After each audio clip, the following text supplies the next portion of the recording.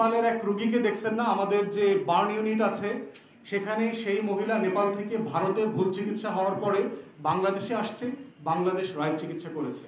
বাংলাদেশের ডক্টররা আপনার জুমে এবং স্ক্রিনে অস্ট্রেলিয়ান এবং ইউরোপিয়ান ডাক্তারদের সাথে কোলাবোরেট করে এইখানে সার্জারি করতেছে, ক্রিটিক্যাল সার্জারি করতেছে বাংলাদেশের ডাক্তাররা। কেন সেগুলো গণমাধ্যমে আসে না? আমাদের সমস্যা আছে, কিন্তু আমাদের কাছে মনে হয়েছে পারপাসফুলি আমাদের চিকিৎসা খাতকে আমাদের জাতির কাছে হেয় করবার একটা চক্রান্তও আছে। তাই নাগরিক হিসাবে, রাজনৈতিক দল হিসাবে আমার দায়িত্ব হচ্ছে আমার রাষ্ট্রকে সংস্কার করতে হবে, আমার চিকিৎসা সেবাকে ঢেলে সাজাতে হবে, কিন্তু এটাকে নিয়ে যত চক্রান্ত আছে, যত ফাজলামো আছে, সেগুলো বন্ধ করতে হবে। থার্ড হচ্ছে, আমি শুধু ইংল্যান্ডের কথা জানি যেহেতু আমি ওখানে ছিলাম। ওখানে বাংলাদেশি ডাক্তার ট্রেইনড আছে কয়েক হাজার, এক দুজন না। ইউরোপের অন্যান্য দেশে, আমেরিকাতেও এরকম প্রচুর বাংলাদেশি ডাক্তার ট্রেইনড আছে।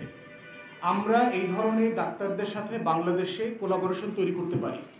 যেহেতু আপনি একটা সুপিরিয়র সিস্টেমে কাজ করেন, আপনি আমাদের প্রতিষ্ঠানগুলোকে গড়ে তোলেন, আপনি প্রতিষ্ঠানগুলোকে কিভাবে আমরা রিফর্ম করতে পারি, কোথায় কোথায় ভলান্টিয়ারিং সার্ভিস করবার সুযোগ আছে, সেই জায়গাগুলো আমাদেরকে দেখতে হবে। তো মোটা দাগে কথা হচ্ছে যে বাংলাদেশের স্বাস্থ্যখাত কিন্তু ফাংশনাল, এটা ভেঙে পড়ে নাই। বাংলাদেশের 99% জনগোষ্ঠী এই স্বাস্থ্যখাত থেকেই চিকিৎসা নেয়, তারা অন্য দেশে যায় না। অতএব আমার স্বাস্থ্য খাতের উপরে, আমার ডাক্তারের উপরে, আমার নার্সের উপরে, আমার টেকনিশিয়ান, টেকনোলজিস্ট যারা আছেন, প্রত্যেকের উপরে আমার আস্থা তৈরি করতে হবে। ফোর্থ যেটা আছে আমাদের করণীয়, সেটা হচ্ছে সিন্ডিকেট ডেভেলপ করেছে প্রত্যেকটা হাসপাতালে, যেটা হয়তো প্রফেসররা বলতে ভুলে গেছেন। বাংলাদেশে আপনি দেখবেন যে 10,000 টাকা, 8,000 টাকা বেতনের চতুর্থ শ্রেণীর কর্মচারী অ্যাপয়েন্ট করা হয় হাসপাতালগুলোতে। তো 8,000 টাকায় ঢুকে কেন? ও তো চাকরিটা করতে পারার কথা না। গার্মেন্টসে গেলেও তো বেশি টাকা ইনকাম করতে পারবে, কারণ ও জানে একটা সরকারি হাসপাতালে 8,000 টাকা মাস শেষে 80,000 টাকায় টার্ন করানো যাবে।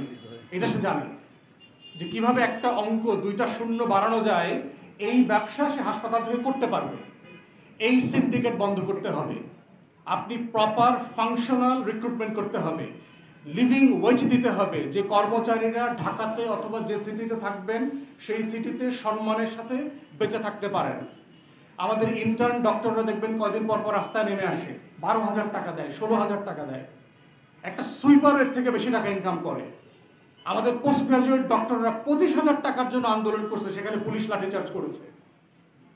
আপনি এক্সপার্ট ডাক্তার কি হাওয়া দিয়ে পাবেন? রাষ্ট্রকে তো এক্সপার্ট বানানোর স্পেস দিতে হবে।